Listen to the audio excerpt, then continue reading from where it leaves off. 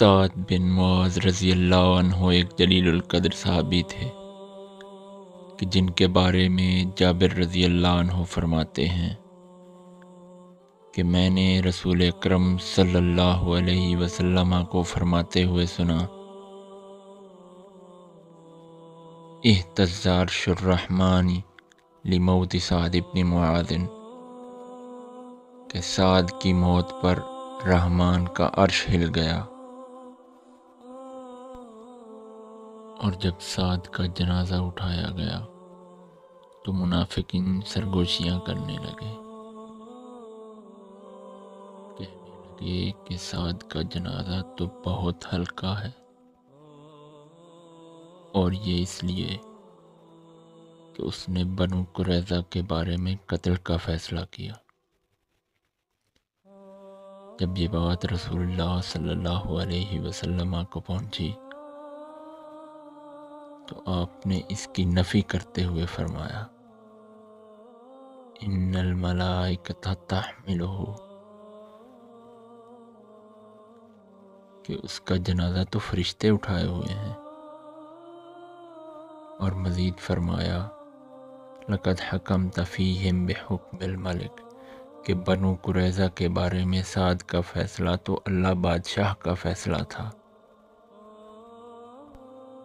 اسی طرح ایک موقع پر رسول اللہ صلی اللہ علیہ وسلم کی خدمت میں ریشم کا ایک جبہ بطور تحفہ پیش کیا گیا، تو صحابہ کرام اسے دیکھ کر اس کی تعریفیں کرنے لگے کہ کتنا ملائم ہے۔ تو رسول اکرم صلی اللہ علیہ وسلم نے فرمایا، والذی نفس محمد بیدہ، اس ذات کی قسم جس کے ہاتھ میں محمد کی جان ہے، سعد کے پاس جنت میں اس سے بہتر اور نرم رومال ہے۔ اور اتنی بشارتوں کے باوجود بھی رسول اللہ صلی اللہ علیہ وسلم نے سعد بن معاذ رضی اللہ عنہ کا جنازہ پڑھایا، اور جب سعد کو قبر میں دفن کر کے مٹی ڈال دی گئی تو رسول اکرم صلی اللہ علیہ وسلم نے اللہ کی تسبیح بیان کی اور اللہ اکبر کہا، تو صحابہ کرام نے بھی اللہ اکبر کہا،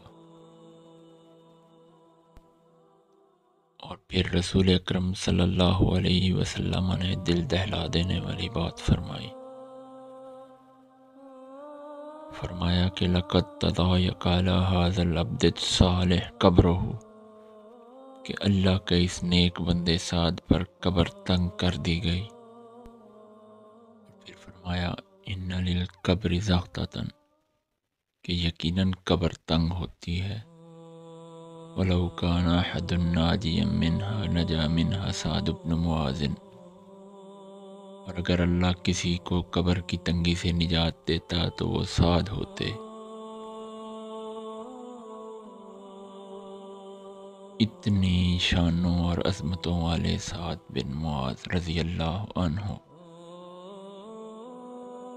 کہ جن کی موت پر اللہ کا عرش جھوم اٹھا، کہ جن کا جنازہ فرشتوں نے اٹھایا،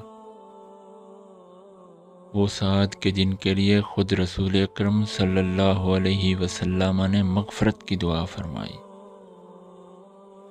وہ سعد کے جن کے جنتی رومالوں کا ذکر رسول اکرم صلی اللہ علیہ وسلم باقی اصحاب سے کرتے رہے،